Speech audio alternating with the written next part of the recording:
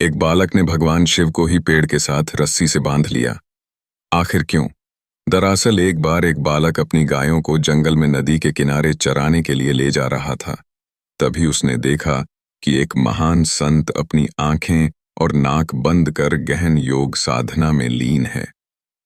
बालक थोड़ी देर तक संत को बड़े ध्यान से देखता रहा।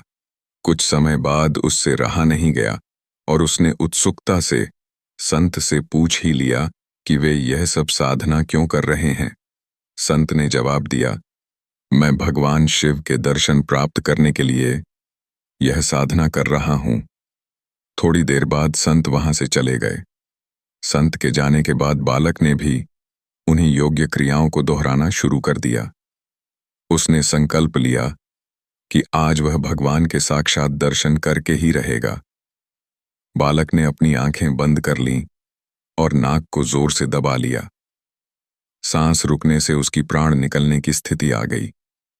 उधर कैलाश पर्वत पर भगवान शिव का आसन डोलने लगा।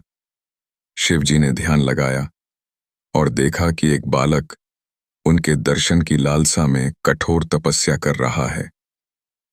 बालक के हठ और भक्ति से प्रसन्न होकर भगवान शिव तुरंत प्रकट हो गए।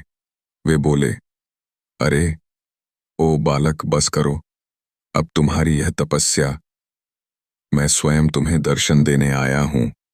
बालक ने आंखें बंद रखते हुए ही इशारे से पूछा, आप कौन हैं? भगवान शिव ने उत्तर दिया, मैं वही भगवान शिव हूं जिनके दर्शन के लिए तुम इतनी कठोर साधना कर रहे हो। बालक ने आंखें खोली और तुरंत एक रस्सी लेकर आया। क्योंकि उसने भगवान को पहले कभी देखा नहीं था, इसलिए उसे विश्वास नहीं हुआ कि यह सच में भगवान शिव है।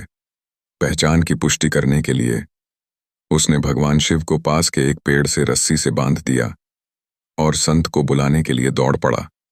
वह संत दौड़ते हुए वहां आए, लेकिन उन्हें वहां कोई दिखाई नहीं दिया। उन्होंने बालक से कहा, मुझे तो भगवान कहीं नहीं दिख रहे। तब बालक ने भगवान शिव से पूछा, प्रभु, यदि आप सच में भगवान शिव हैं तो संत को दिखाई क्यों नहीं दे रहे? भगवान शिव मुस्कुराए और बोले, जो भक्त बिना किसी छल कपट के निष्कलंक और सच्चे मन से मुझे याद करता है, मैं उसे अवश्य दर्शन देता हूं। तुमने बालहठ और निश्चल श्रद्धा से मेरी आराधना की, अपने प्राणों की भी परवाह नहीं की, इसलिए मुझे कैलाश से मृत्युलोक में आकर तुम्हें दर्शन देने पड़े। लेकिन यह संत अभी भी पूर्ण शुद्ध भाव से नहीं साधना कर रहे हैं। वे रोज क्रिया तो करते हैं, लेकिन उनके मन में अभी भी भटकाव और स्वार्थ है। इसलिए मैं उन्हें दिखाई नहीं दे रहा, पर तुम्हें प्रकट रूप में दर्शन दे रहा हूं।